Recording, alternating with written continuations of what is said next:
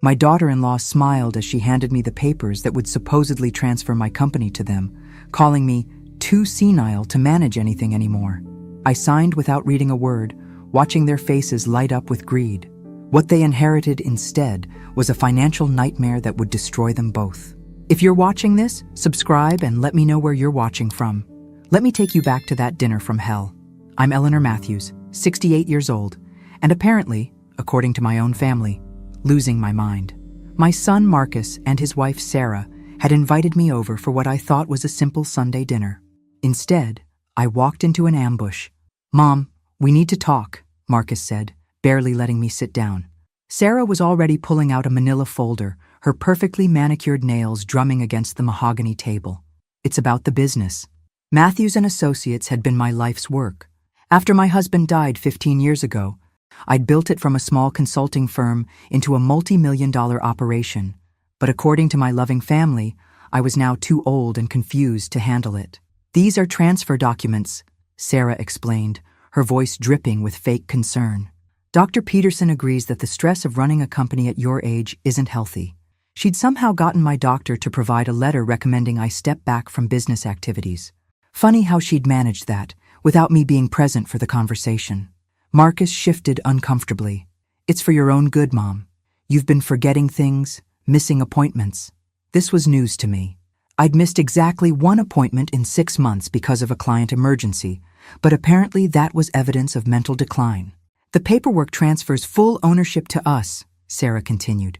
"We'll handle everything so you can just relax and enjoy your retirement." The way she said "enjoy your retirement" made it sound like a threat. I picked up the pen they'd placed in front of me. "And if I don't sign?" Sarah's mask slipped for just a moment. "Well, we'd hate to have to pursue a competency hearing. These things can get so messy, and the courts are always looking out for elderly people who might be taken advantage of." The irony wasn't lost on me. I was being threatened with a competency hearing by the very people trying to steal my company. Marcus wouldn't meet my eyes. My own son, who I'd put through law school, who'd failed the bar exam twice before I paid for his 3rd attempt, was sitting there letting his wife threaten me. "Of course," Sarah added sweetly, "you'll still live in the house. We'd never kick you out. You just won't have to worry about all those complicated business decisions anymore." I signed every document they put in front of me. Sarah actually clapped her hands together like a child on Christmas morning. Marcus finally looked at me, probably expecting tears or protests. Instead, he found me smiling. "Congratulations," I said, standing up and smoothing my skirt. "You're now the proud owners of Matthews and Associates. I hope you're ready for everything that comes with it." Something in my tone made Sarah's smile falter. "What do you mean?" "Oh, nothing important," I said, gathering my purse. "Just the usual business obligations. I'm sure you've done your research." I headed toward the door. "Thank you for dinner. And Sarah, you might want to check your email in the morning. The IRS has some questions about the company's tax structure. Something about a $3 million discrepancy." The color drained from both their faces as I walked out, leaving them with their precious paperwork and a company that was about to become their worst nightmare. "Mom, what the hell did you do?" Marcus's voice crackled through my phone at 6:47 a.m., exactly 12 hours after he'd become the proud owner of a company drowning in legal problems. I sipped my coffee slowly, watching the sunrise paint my garden in shades of gold. "Good morning to you too, dear. I assume you've been reading your emails. The IRS wants to audit everything back to 2019. And there's something about pending litigation from Patterson Industries." His voice rose to a pitch I hadn't heard since he was 16 and crashed my car. "Oh yes, Patterson Industries. Lovely people. They're suing for breach of contract. Something about a $2.7 million project that went sideways." I paused for effect. "Of course, that's all documented in the files you inherited. I'm sure Sarah will figure it out." The truth was, I'd been dealing with these problems for months. The IRS audit was legitimate. My accountant had made some aggressive deductions that needed clarification. The Patterson lawsuit was frivolous. They were trying to blame us for their own poor planning. But resolving both required expertise, relationships, and about 6 months of intensive legal work. "You can't just dump this on us," Marcus sputtered. "We don't know how to handle this stuff." "That's odd," I replied calmly. Yesterday you seemed so confident about taking over. Sarah was particularly eloquent about how I was too senile to manage my own affairs. This is different. And you know it. Different indeed. When they'd wanted my company, they'd painted me as a confused old woman. Now that they had it, suddenly they needed my expertise. The contradiction would have been amusing if it wasn't my own son on the other end of the line. I'm sure you'll figure it out, I said. After all, you did say yesterday that running a business was too complicated for someone my age. Surely two sharp young professionals like yourselves can handle a few legal issues. Sarah's voice came through the background, clearly frantic. Marcus covered the phone, but I could still hear her. Ask her what we're supposed to do. We can't afford lawyers for all this. That was the delicious irony.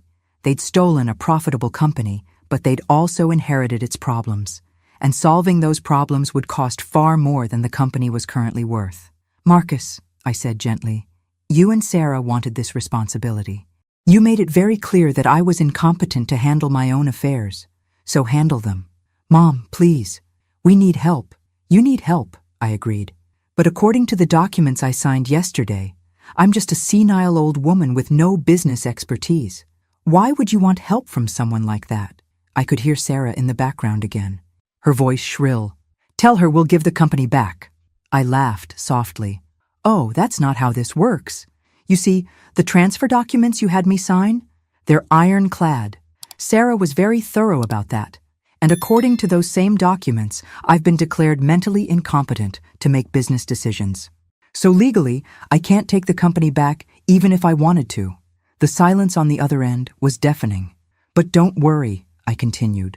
I'm sure everything will work out fine. After all, what's the worst that could happen when the IRS finds irregularities during an audit of a company whose new owners have no experience in tax law? Marcus made a choking sound. I have to go, I said cheerfully. I'm having lunch with my neighbor Dorothy. She's been so worried about my mental state since you told everyone I was becoming senile. I should probably reassure her that I'm just fine. I hung up and immediately called my attorney. Robert, it's Eleanor. They took the bait. How long until the real fun begins? The certified letter arrived on Tuesday, exactly 3 days after Marcus and Sarah had become the proud owners of my former company. I was deadheading roses in my garden when the postal worker knocked, clipboard in hand. Eleanor Matthews, need your signature for this one. I signed with dirty hands, leaving soil smudges on the receipt. The return address made me smile. Patterson Industries law firm, right on schedule. Inside the house, I opened the letter slowly, savoring each word. Patterson Industries was demanding immediate payment of $2.7 million for breach of contract, plus interest and legal fees. The letter gave Matthews and Associates 30 days to respond or face immediate collection proceedings. My phone rang before I'd finished reading. Mom! Marcus's voice was barely controlled panic. Did you know about this lawsuit? Which lawsuit, dear? You'll need to be more specific. There are several pending. I wasn't lying. I'd been managing multiple legal issues for months, but most were minor disputes that would settle quietly. This one was different. This one had teeth. Patterson Industries. They say we owe them almost $3 million. Oh, that. I walked to my kitchen window, still holding the letter. Yes, that's been going on for about 8 months now. Nasty business. They're claiming we failed to deliver on a consulting contract. Did we? The question hung in the air.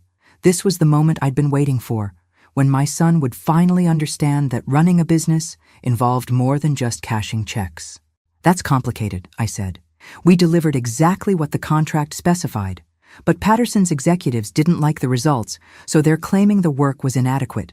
It's a common tactic. Hire consultants, ignore their advice, then sue when your own decisions fail. So we'll win the case? Eventually, probably. But defending a lawsuit costs money, Marcus. Lots of money. The legal fees alone will run about $400,000 even if we win. And that's assuming Patterson doesn't drag this out for years. I could hear Sarah in the background, her voice rising to a shriek. $400,000! How much cash does the company have? Marcus asked, and I could hear the calculator clicking in his mind. Well, that's another issue, I said carefully.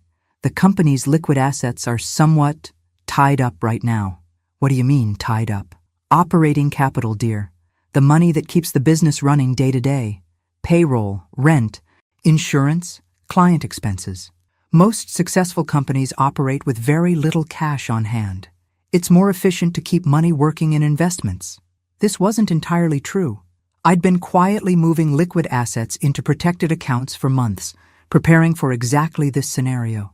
But Marcus and Sarah didn't need to know that yet. How much do we have available for legal fees? Marcus's voice was strained.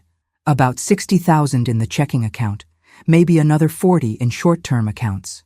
Dead silence. That's not enough. Sarah's voice came through clearly now. She'd obviously grabbed the phone from Marcus. You knew about this lawsuit when you signed those papers. You deliberately didn't tell us. Sarah, dear, you and Marcus made it very clear that I was too mentally impaired to discuss complex business matters. How could I possibly explain ongoing litigation to people who'd already determined I was senile? This is fraud. We can sue you for fraud. I laughed softly. With what money, dear? You now own a company facing a $3 million lawsuit with only $100,000 in available cash. I don't think you'll be hiring any lawyers anytime soon. The beautiful truth was finally sinking in. They'd been so focused on grabbing my profitable company that they'd never considered its liabilities. Like amateur fishermen who'd caught a shark, they were about to discover that some prizes come with very sharp teeth. Besides, I added, the transfer documents you had me sign included a clause stating that I disclosed all known liabilities. It's right there in paragraph 7, subsection C. I'm sure you read it carefully before having me sign. Of course, that paragraph listed dozens of potential liabilities in dense legal language. Patterson Industries was mentioned by name, along with the approximate dollar amount. Any competent lawyer would have caught it and demanded details. But Sarah had been in such a hurry to steal my company that she'd skipped the due diligence entirely. We need help, Marcus said finally. We can't handle this alone. I'm sure you'll figure something out, I replied. After all, yesterday you told everyone I was too senile to run my own company. Why would you want advice from someone like that? The second shoe dropped on Friday morning when Sarah called, sobbing so hard I could barely understand her. The bank froze our credit line, she managed between gasps. They want the Patterson lawsuit resolved before they'll extend any more funds. I set down my coffee and settled into my favorite chair. This was better than cable television. That's unfortunate, I said mildly. Though I suppose it makes sense from their perspective. Banks don't like lending money to companies facing major litigation. You knew this would happen, Sarah accused. You set us up. I set you up? I laughed genuinely now. Sarah, you threatened me with a competency hearing unless I signed papers transferring my company to you. I was apparently too senile to run my own business, remember? How could someone that mentally impaired possibly set up anyone? The irony was perfect. Either I was competent enough to have orchestrated their downfall, in which case their theft was even more despicable, or I was the senile old woman they'd claimed, in which case they'd been outmaneuvered by someone with dementia. We can't make payroll next week, Sarah continued. 12 employees, Eleanor. 12 people will lose their jobs because of what you did. That stung a little. I'd built Matthews and Associates from nothing, and those employees had been loyal. But I'd also been planning for this moment much longer than Sarah realized. Actually, I said, I have a solution for the employees. What do you mean? I'm starting a new consulting firm, EM Advisors. 7 of your employees have already accepted positions with me, starting Monday. Silence. The other 5 have found positions with my competitors. I made some calls yesterday, pulled in a few favors. Everyone will be working by Monday, probably making more money than you were paying them. You can't do that, Sarah shrieked. That's poaching. It's illegal. Actually, it's not. I checked with my attorney. Since I no longer own Matthews and Associates, I'm free to start a competing business. And since your company can't make payroll, the employees are free to seek other employment. The truth was even sweeter than Sarah knew. I'd been planning this move for months, carefully documenting every client relationship, every process, every advantage that had made Matthews and Associates successful. The new company would have all the expertise and relationships, while Matthews and Associates would be left with nothing but debt and litigation. Besides, I continued, I thought you'd appreciate me taking those pesky employees off your hands. After all, if you can't afford to pay them, they're really more of a liability than an asset. The clients will follow them, Marcus's voice came through. Apparently, he'd taken the phone back. "You're stealing our clients." "Your clients?" I asked sweetly. "Marcus, dear, most of those clients have been working with me personally for over a decade. They have no relationship with Matthews and Associates. They have a relationship with me. And since you've publicly declared me mentally incompetent, I doubt they'll want to continue working with a company run by people who inherited their business from someone they claim is senile." This was the final piece of my plan falling into place. Sarah and Marcus would be left with a company name, some office furniture, and crushing debt. Meanwhile, I'd have the clients, the employees, and none of the liabilities. "You can't leave us with nothing," Marcus pleaded, and for a moment he sounded like the little boy who used to climb into my lap when he was scared. "I didn't leave you with nothing," I corrected gently. "I left you with exactly what you asked for, my company. The fact that you didn't bother to understand what you were taking is your responsibility, not mine. Mom, please. Sarah made me do this. I never wanted to take the company away from you." That might have been true, but it was too late for excuses now. "Marcus, for the past year, you've watched your wife insult me, threaten me, and undermine me at every family gathering. You never once stood up for me or told her to stop. When she decided to steal my company, you went along with it. When she threatened me with a competency hearing, you said nothing." My voice hardened. "You made your choice. Now you get to live with the consequences. What are we supposed to do?" "I suggest you start by finding a good bankruptcy attorney," I said. "You're going to need one." I hung up and immediately called Robert Patterson, CEO of Patterson Industries. "Robert? It's Eleanor. How are Margaret and the kids?" "Good, good. Listen, I wanted to talk to you about that little lawsuit your lawyers filed. I think we can work something out." The meeting was set for Monday morning at Patterson Industries headquarters. I arrived 15 minutes early, wearing my best navy suit and carrying a leather briefcase that had belonged to my husband. Robert Patterson met me in the lobby personally, which told me everything I needed to know about how seriously he was taking this conversation. "Eleanor, you look wonderful," he said, his smile genuine but cautious. "I have to admit, I was surprised when you called." "I imagined so," I replied, shaking his hand firmly. "Shall we get to business?" His conference room overlooked downtown, with windows that made everything seem possible. Robert's legal team was already assembled, 3 attorneys in expensive suits who looked like they'd rather be anywhere else. "Before we begin," Robert said, "I want you to know this lawsuit isn't personal. It's just business." I smiled. "Of course it is, and so is my response." I opened my briefcase and pulled out a thick folder. "I'd like to start by reviewing the original contract between Patterson Industries and Matthews and Associates." One of the lawyers, a sharp-faced woman in her 40s, leaned forward. "Mrs. Matthews, our position is clear. Your company failed to deliver the consulting services specified in the contract." "That's interesting," I said, pulling out the first document, "because according to this email from your project manager, dated 6 months ago, he specifically stated that our recommendations were exactly what Patterson Industries needed to streamline operations." I slid the email across the table. Robert read it quickly, his expression darkening. "Furthermore," I continued, "this document shows that Patterson Industries implemented exactly 0 of our recommendations. Not a single one. You paid for expert advice, ignored it completely, then blamed us when your own decisions led to project failure." The second lawyer, a young man who looked fresh out of law school, spoke up. "The contract required results, not just recommendations." "Actually, no." I pulled out the contract itself, highlighting specific sections. "The contract required comprehensive analysis and strategic recommendations for operational improvement, which we delivered, in writing, on time, with detailed implementation guidelines." I could see Robert's lawyers exchanging glances. They were realizing their case wasn't as strong as they'd thought. "However," I continued, "I'm not here to relitigate the past. I'm here to offer a solution." "What kind of solution?" Robert asked. "You drop the lawsuit against Matthews and Associates completely. In exchange, my new company, EM Advisors, will provide Patterson Industries with 6 months of free consulting to help implement the recommendations you ignored the first time." The sharp-faced lawyer opened her mouth to object, but Robert held up his hand. "That's generous," he said carefully. "But why would you help us after we sued you?" I smiled. Because the lawsuit isn't really about money, is it, Robert? Patterson Industries needs to show your board of directors that the failed project wasn't your fault. You need someone to blame. Robert's face confirmed my suspicion. The problem is, I continued, Matthews and Associates is now owned by my son and daughter-in-law, who have no experience in consulting. If you win this lawsuit, you'll get a judgment against a company that will be bankrupt within 6 months.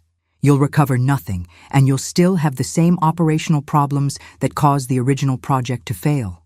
I leaned forward. But if you accept my offer, you get professional consulting services that will actually solve your problems. Your board will see results instead of lawsuits. And you'll be working with someone who has a track record of success instead of 2 amateurs who inherited a business they don't understand. The young lawyer tried again. Mrs. Matthews, this sets a precedent. The precedent, I interrupted, is that Patterson Industries is smart enough to choose solutions over revenge, that you care more about fixing problems than assigning blame. Robert was studying me carefully. What happens to your son and daughter-in-law? That's not your concern, I said simply. They made their bed when they decided to steal my company. Let them lie in it. The truth was, without the Patterson lawsuit, Matthews and Associates would still face bankruptcy within months. The company had no clients, no experienced employees, and mounting operational costs that Marcus and Sarah couldn't manage. But that wasn't Robert's problem to solve. I need to discuss this with my team, Robert said. Of course, but I should mention that this offer expires Friday. After that, you can continue with your lawsuit against a company that will be worthless by Christmas, or you can work with a consultant who can actually help you succeed. I stood up and closed my briefcase. Think about it, Robert. What's more valuable to Patterson Industries? $3 million you'll never collect, or 6 months of expert consulting that could save you 10 times that amount? As I walked to the elevator, I could hear heated discussion erupting in the conference room behind me. By Friday, they'd realize I was offering them the better deal, and Marcus and Sarah would be left with exactly what they deserved: nothing. The call came at 4:47 p.m. on Friday, just hours before my deadline to Robert Patterson would expire.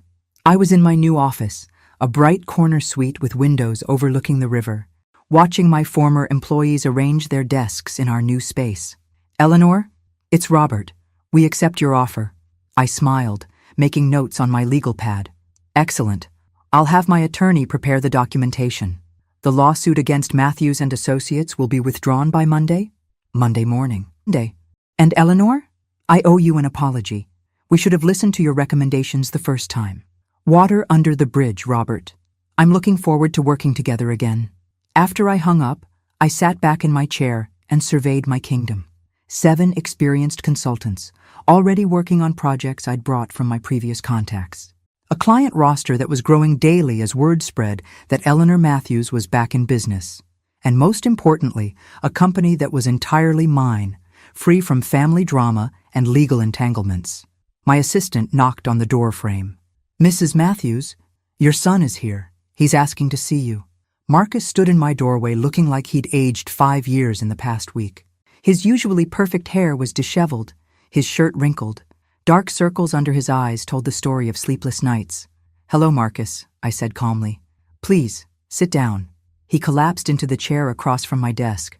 Mom, we need to talk. I'm listening. Patterson Industries dropped the lawsuit, he said. But they're working with your new company instead. Yes, I know. I negotiated that deal myself. Marcus stared at me. You planned all of this, didn't you? From the beginning. I considered lying, maintaining the fiction that I was just a confused old woman who'd stumbled into success. But Marcus deserved the truth, even if it destroyed him. Yes, I said simply. I planned every detail. How long? About a year, since Sarah first suggested I was getting too old to run my own company. Marcus put his head in his hands. We lost everything. The company's bankrupt. We can't make rent on the office. Sarah's talking about divorce. I felt a flicker of sympathy for the little boy who used to bring me drawings from school. But that little boy had grown into a man who'd helped his wife steal from his own mother.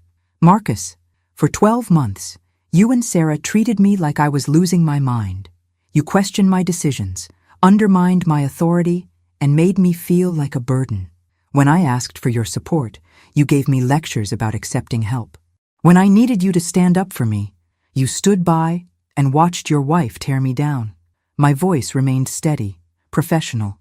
Did you really think there would be no consequences? I never wanted to take the company from you, he said quietly. Sarah convinced me it was for your own good. And what do you think now?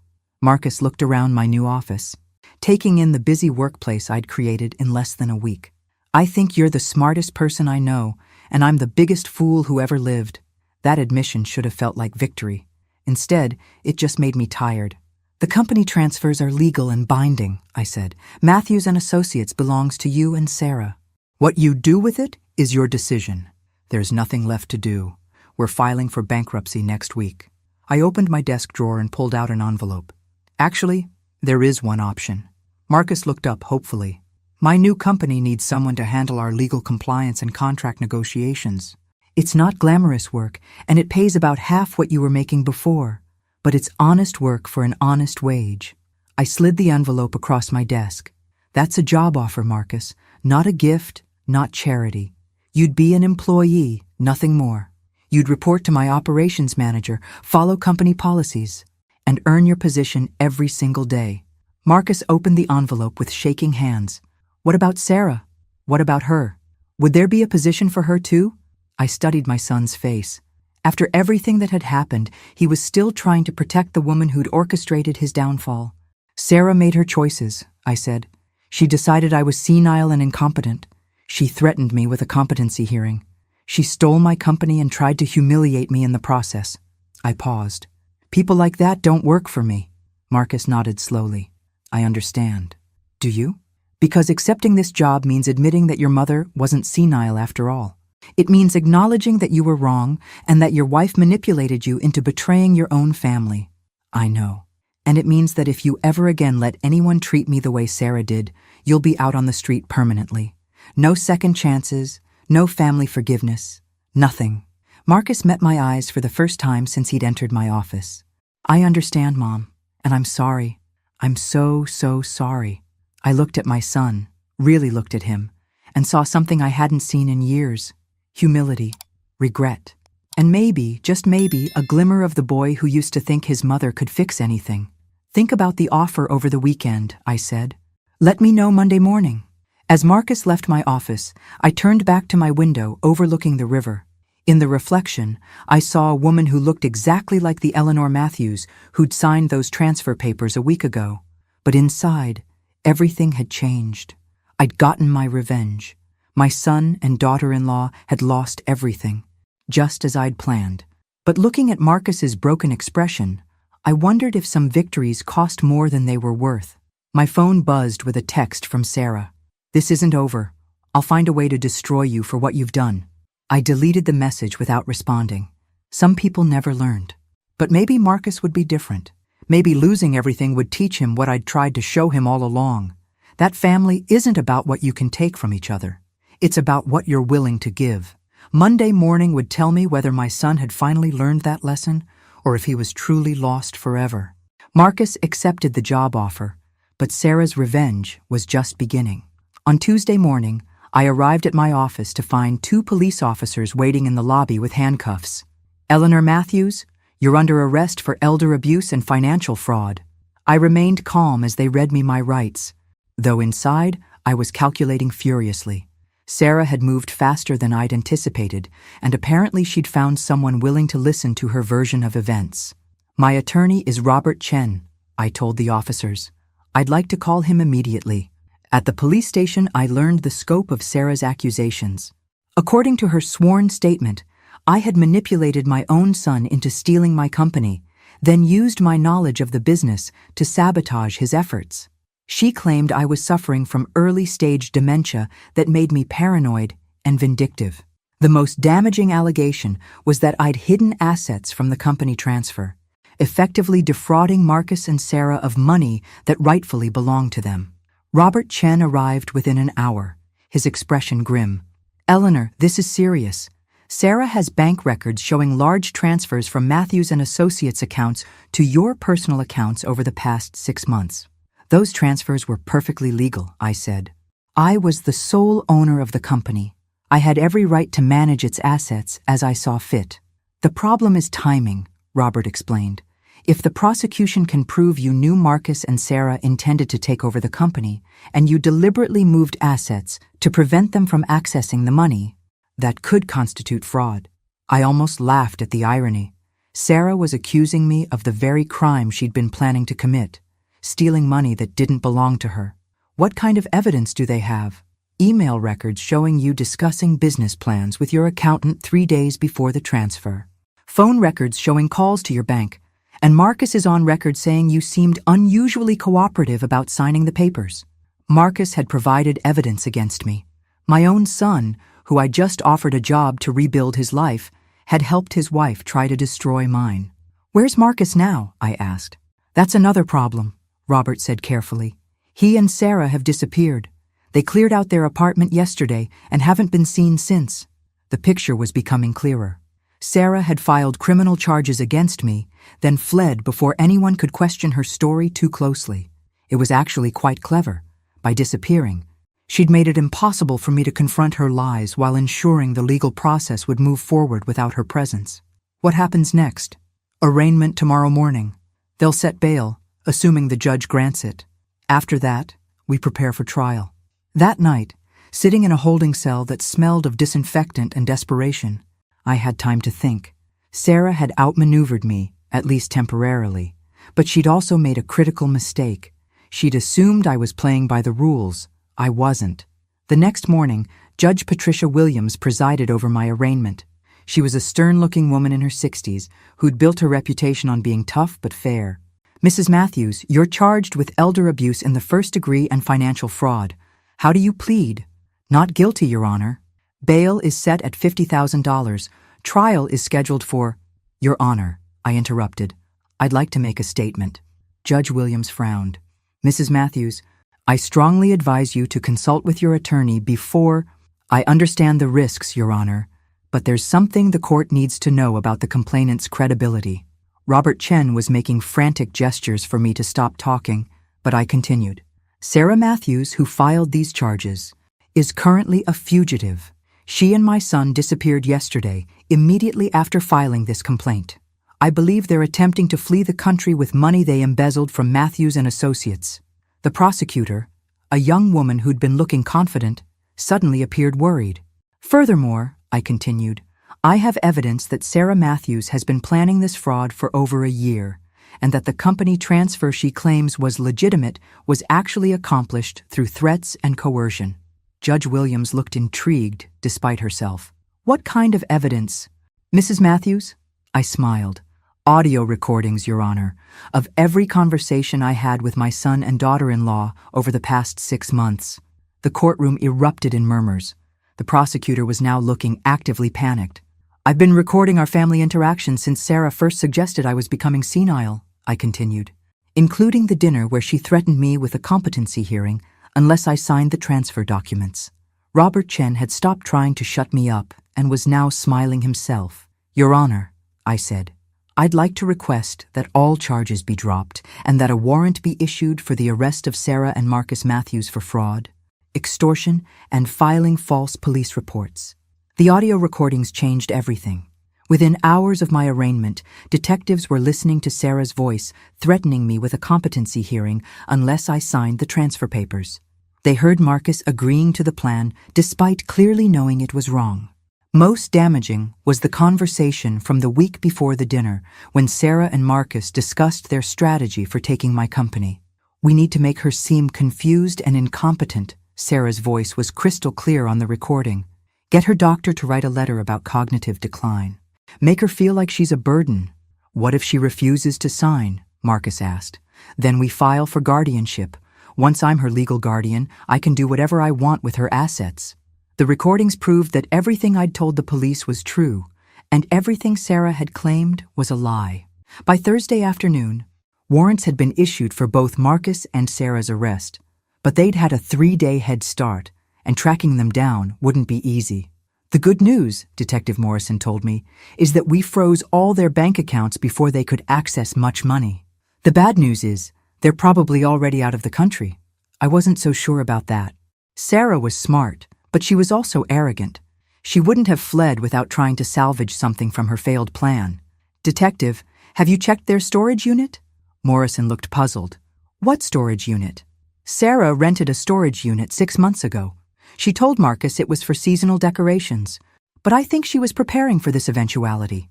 Within 2 hours, police had located the unit.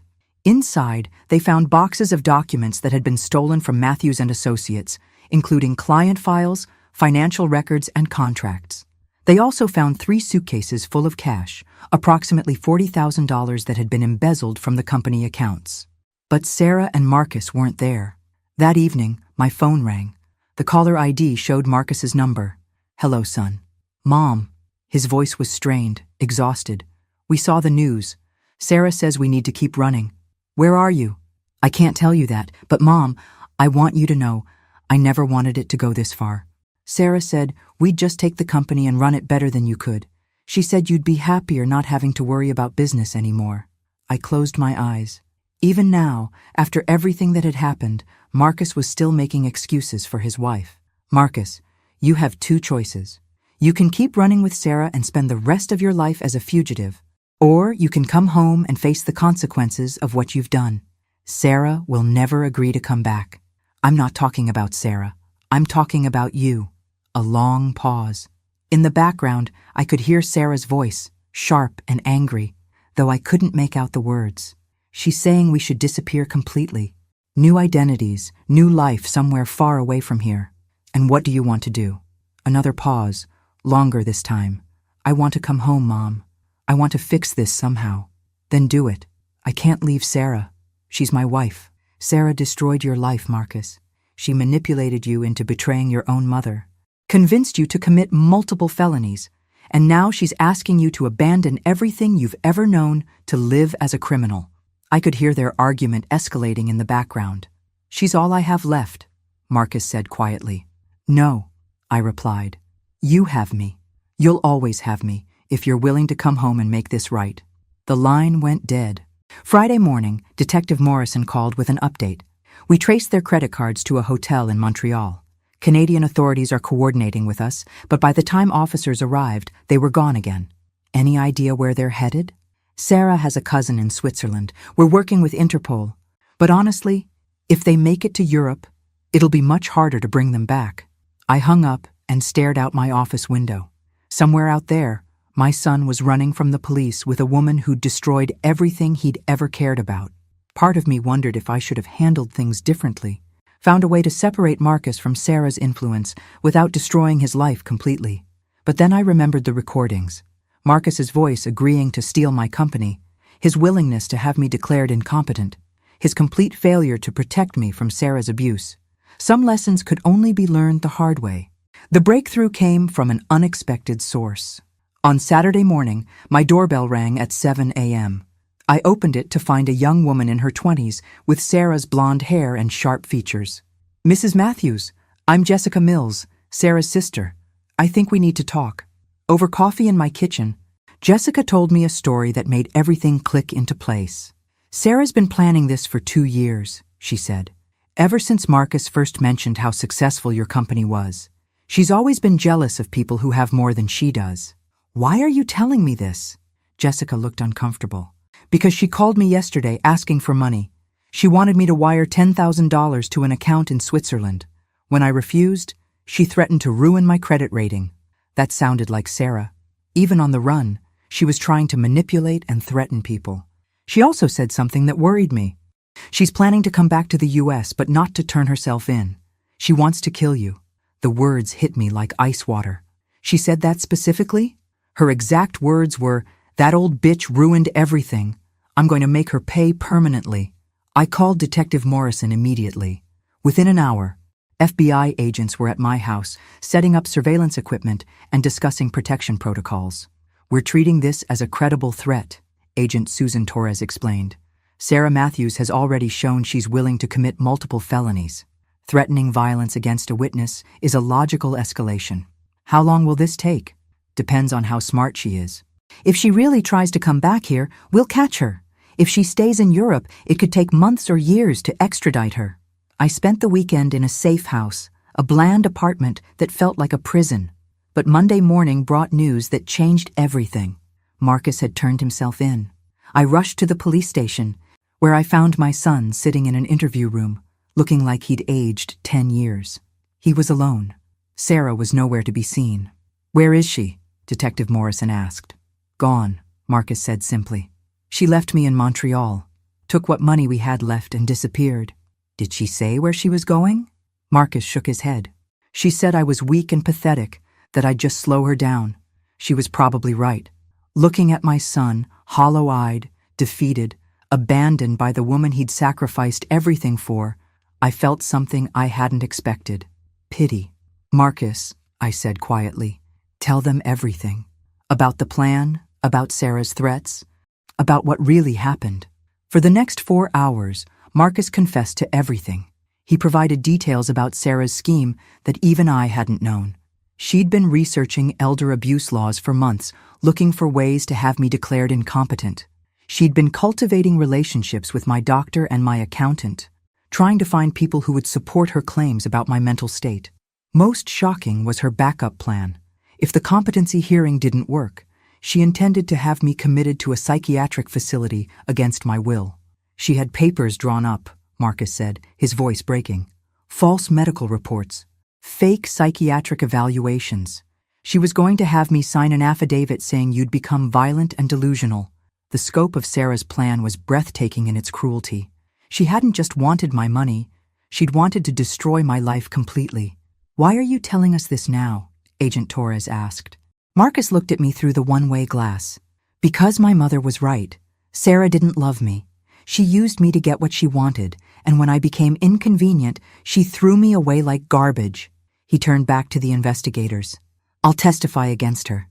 I'll tell you everything I know about her plans, her contacts, her hiding places. But first I need to ask my mother something." They brought me into the interview room. Marcus looked older, broken, but there was something different in his eyes, a clarity that had been missing for years. "Mom, can you ever forgive me?"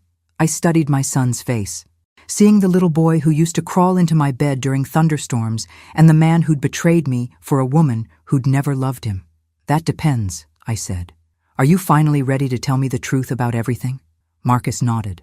"Everything, no matter how bad it makes me look." "Then yes," I said. "I can forgive you. But Marcus, this is your last chance. If you ever lie to me again, if you ever choose someone else over family again, we're done forever." "I understand." As I left the police station that afternoon, I realized that in trying to destroy me, Sarah had accidentally given me something precious. My son back. Now we just had to catch her before she could finish what she'd started. Sarah's capture came 3 weeks later, and it wasn't the FBI or Interpol who found her. It was her own greed. She'd been hiding in Geneva, living off money she'd stolen from Matthews and Associates. But $40,000 doesn't last long in Switzerland, especially when you're trying to establish a new identity. So Sarah made a fatal mistake. She tried to access money from accounts she'd hidden from Marcus and me. The FBI had been monitoring all financial activity connected to her social security number, and the moment she logged into a bank account in the Cayman Islands, they had her location. Swiss authorities arrested her at an internet cafe trying to transfer money to a new account she'd opened under a false name. "She'll be extradited within the month," Agent Torres told me.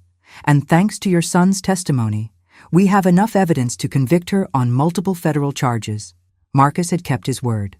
Over the past 3 weeks, he'd provided investigators with a complete picture of Sarah's criminal enterprise. She'd been embezzling money from Matthews and Associates for over a year, creating false invoices and diverting client payments to accounts only she controlled.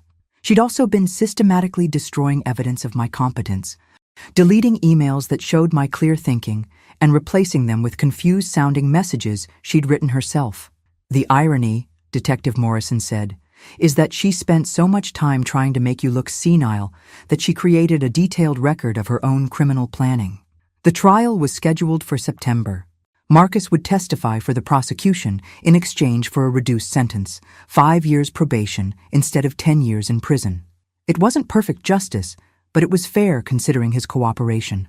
"What will you do now?" I asked him as we sat in my office, overlooking the river where I'd built my new life. "I'd like to keep working here, if you'll have me," he said. "I know I don't deserve another chance, but this job, working for you again, It's helped me remember who I used to be before Sarah came along. Marcus had indeed proven himself over the past month. He worked harder than anyone in the office, stayed late without being asked, and never complained about the routine legal work I'd assigned him. More importantly, he'd started standing up for himself in small ways that suggested he was rebuilding his backbone. "You can stay," I said, "but I want you to understand something. I'm not your mother when we're in this office. I'm your boss. You'll earn your position every single day, and you'll never receive special treatment because you're my son. I understand. And Marcus, you'll go to therapy, real therapy, with a professional who specializes in emotional manipulation and psychological abuse. Sarah didn't just steal our money, she stole your ability to think for yourself. If you're going to rebuild your life, you need to understand how that happened." Marcus nodded. "I've already started. Dr. Rebecca Chen. She's helping me understand how Sarah isolated me from everyone who cared about me." That was encouraging. For the first time in years, Marcus was taking responsibility for his own healing instead of waiting for someone else to fix his problems. My phone buzzed with a text from Agent Torres. "Sarah waived extradition. She'll be back in the U.S. tomorrow for arraignment." I showed the message to Marcus. His face went pale.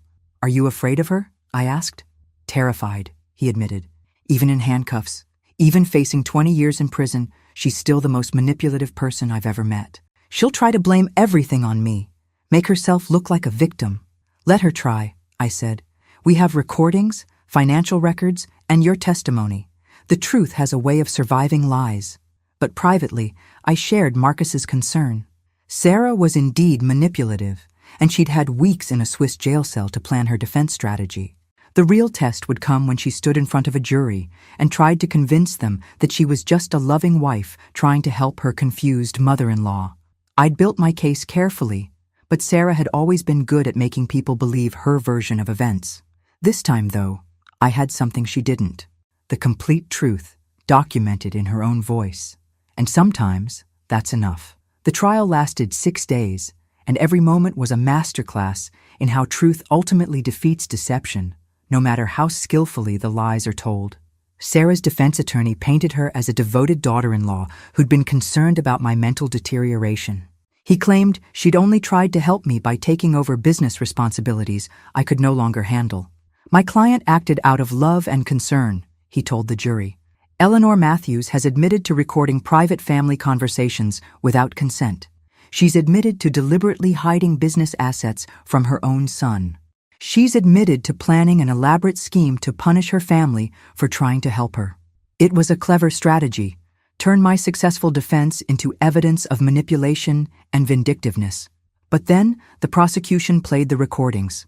12 jurors listened to Sarah's voice, threatening me with a competency hearing unless I signed papers transferring my company. They heard her discussing plans to have me committed to a psychiatric facility. They heard her calling me "that old bitch" and planning to destroy her completely. Most damaging was a recording from 2 months before the dinner. Sarah and Marcus discussing how much money they'd be able to steal once they controlled my assets. "Once we get guardianship," Sarah's voice was crystal clear, "we can liquidate everything and move somewhere warm. The old bat will be stuck in a nursing home while we live like kings." The jury's faces during that recording told me everything I needed to know. Whatever sympathy they might have felt for a concerned daughter-in-law evaporated when they heard her true feelings about me. Marcus testified on the 4th day. Sarah stared at him with pure hatred as he described her manipulation, her threats, her gradual isolation of him from family and friends. "She convinced me that my mother was becoming paranoid and vindictive," he said. "She made me believe that taking the company was an act of kindness, not theft." Sarah's attorney tried to paint Marcus as a disloyal son, trying to save himself by blaming his wife. But Marcus had documentation, emails, text messages, bank records that corroborated every detail of his testimony. On the 5th day, Sarah took the stand in her own defense.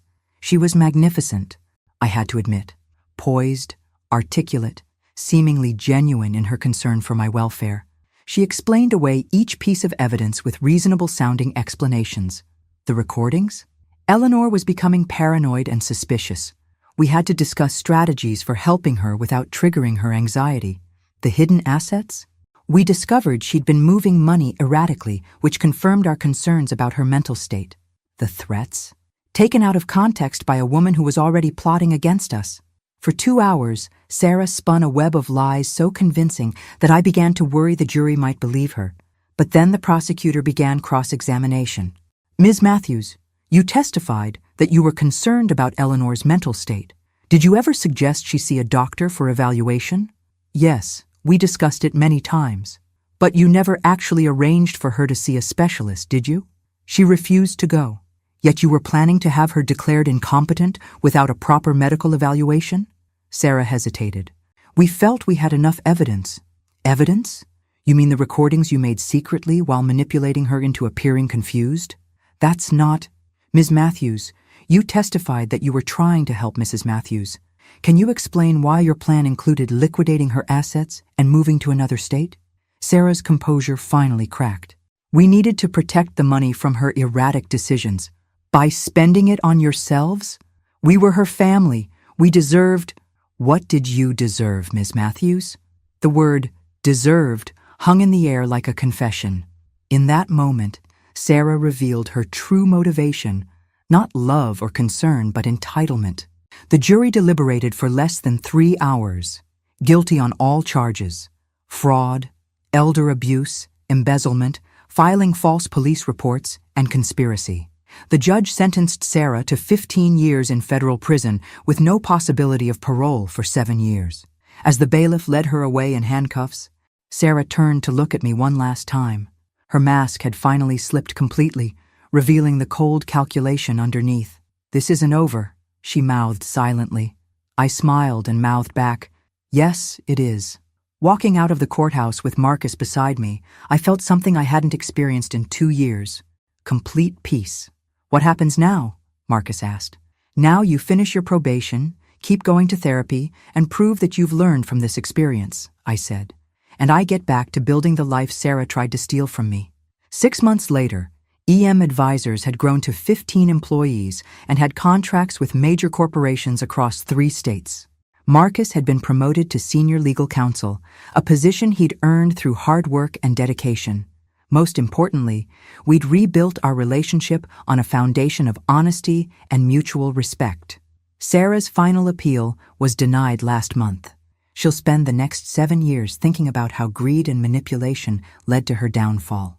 As for me, I'm 69 years old, running a successful company, and finally free from people who saw me as an obstacle to their ambitions, rather than a person worthy of love and respect. Sometimes the best revenge isn't just justice. It's living so well that your enemy's failure to destroy you becomes the proof of their own weakness. And sometimes, just sometimes, the people who almost destroy you end up giving you exactly what you needed, the chance to discover how strong you really are. Thanks for listening. Don't forget to subscribe and feel free to share your story in the comments. Your voice matters.